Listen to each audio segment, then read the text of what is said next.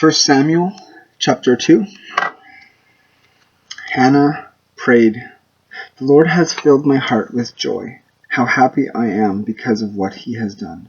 I laugh at my enemies. How joyful I am because God has helped me. No one is holy like the Lord. There is none like him. No protector like our God. Stop your loud boasting. Silence your proud words. For the Lord is a God who knows, and he judges all that people do. The bows of strong soldiers are broken, but the weak grow strong. The people who once were well fed now hire themselves out to get food, but the hungry are hungry no more. The childless wife has borne 7 children, but the mother of many is left with none. The Lord kills and restores to life. He sends people to the world of the dead and brings them back again. He makes some men poor and others rich. He humbles some and makes others great. He lifts the poor from the dust and raises the needy from their misery. He makes them companions of princes and puts them in places of honor. The foundations of the earth belong to the Lord. On them he has built the world. He protects the lives of the faithful people, but the wicked despair in darkness. A man does not triumph by his own strength. The Lord's enemies will be destroyed. He will thunder against them from heaven. The Lord will judge the whole world. He will give power to his king.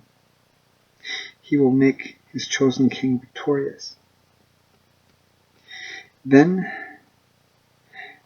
Elkanah went back home to Ramah, but the boy Samuel stayed in Shiloh and served the Lord under the priest Eli. The sons of Eli were scoundrels. They paid no attention to the Lord or to the regulations concerning what the priests could demand from the people. Instead, when a man was offering his sacrifice, the priest's servants would come with a 3-pronged fork. While the meat was still cooking, he would stick the fork into the cooking pot, and whatever the fork brought out belonged to the priest. All the Israelites who came to Shiloh to offer sacrifices were treated like this. In addition, even before the fat was taken off and burnt, the priest's servant would come and say to the man offering the sacrifice, "Give me some meat for the priest to roast. He won't accept boiled meat from you, only raw meat." If a man answered, "Let us do what is right and burn the fat first, then take what you want," the priest's servant would say, "No, give it to me now. If you don't, I will have it taken by force." The sin of the sons of Eli were extremely serious in the Lord's sight, because they treated the offerings to the Lord with such disrespect. In the meantime, the boy Samuel continued to serve the Lord, wearing a sacred linen apron. Each year his mother would make a little robe and take it to him when she accompanied her husband to offer the yearly sacrifice. Then Eli would bless Elkanah and his wife and say to Elkanah, "May the Lord give you other children by this woman to take the place of the one you dedicated to him." After that they would go back home. The Lord did bless Hannah, and she had 3 more sons and 2 daughters. The boy Samuel grew up in the service of the Lord. Eli was now very old. He kept hearing about everything his sons were doing to the Israelites, and that they were even sleeping with the women who worked at the entrance of the tent of the Lord's presence. So he said to them, "Why are you doing these things? Everybody tells me about the evil you are doing. Stop it, my sons. This is an awful thing the people of the Lord are talking about.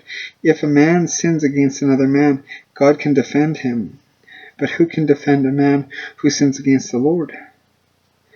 But they did not listen to their father, for the Lord had decided to kill them. The boy Samuel continued to grow and to gain favor both with the Lord and with men. A prophet came to Eli with a message from the Lord.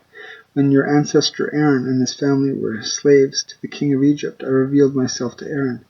From all the tribes of Israel I chose his family to be my priests, to serve at the altar, to burn the incense, and to wear the ephod, to consult me.